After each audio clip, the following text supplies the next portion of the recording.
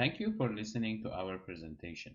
My name is Masood, and I'm presenting our paper titled Is Implicit Authentication on Smartphones Really Popular? Implicit authentication refers to any approach that identifies smartphone users by leveraging data that is available implicitly and without requiring explicit user input. Types of data that can be used for IA include behavioral biometrics, such as the way that you interact with the touchscreen of your phone, or contextual data, such as your location or your surrounding Bluetooth devices. Despite the technological promises of IA, how it is actually perceived by smartphone users is rather under study. A few existing studies suggest strong adoption interest in this technology. However, these studies are of limited generalizability because they use low-fidelity prototypes or they are conducted in lab environments, which raises the issue of ecological validity. Our goal then was to conduct the first large-scale IA perception study which did not suffer from these issues with generalizability.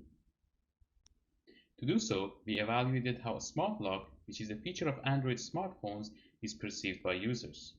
SL is the first widely deployed IA scheme available on most Android phones. What we were interested in was to first understand how widely is smart lock adopted by Android users, and secondly, what are the factors that attract or deter potential users from adopting smart lock.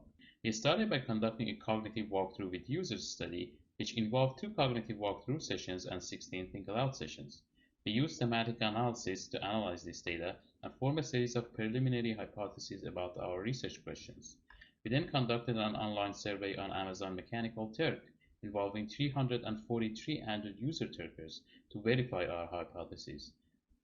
To answer research question 1, this chart shows the number of our survey participants who were adopters or rejectors of each smart lock method, or for those who did not have any experience with that method, whether they showed interest or uninterest in adopting it.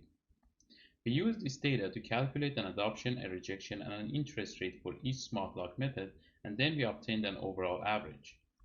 As the table shows, smart lock has quite a low adoption rate at 14%, a relatively high rejection rate at around 22%, and when compared to existing IA perception studies, a lower than expected interest rate at 44%. To answer research question 2, we asked our survey participants to rank, in order of importance to them, the reasons as to why they decided to adopt or reject each smart lock method, or to show interest or uninterest in adopting it. These spider charts show the average importance score that participants assigned to each category of reasons.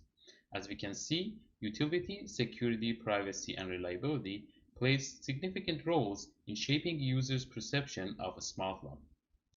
Finally, based on our findings, we propose an extension to the technology acceptance model, which we call SLTAM. Our model can make it easier for researchers to reason about SL adoption. This model posits that the intention to use a smart lock is perceived by 3 main factors. We found perceived usefulness of a smart lock to be affected by its convenience and speed of unlocking, and whether it could be used as a backup unlocking method for the phone. We found perceived ease of use of smart lock to be affected by its reliability and how easy it is to set up, and we found perceived security and privacy to be affected by the actual security and privacy of smart lock and the extent to which its semantics are difficult to understand for users. If you have any questions about our study, please feel free to contact us using the information presented on the screen.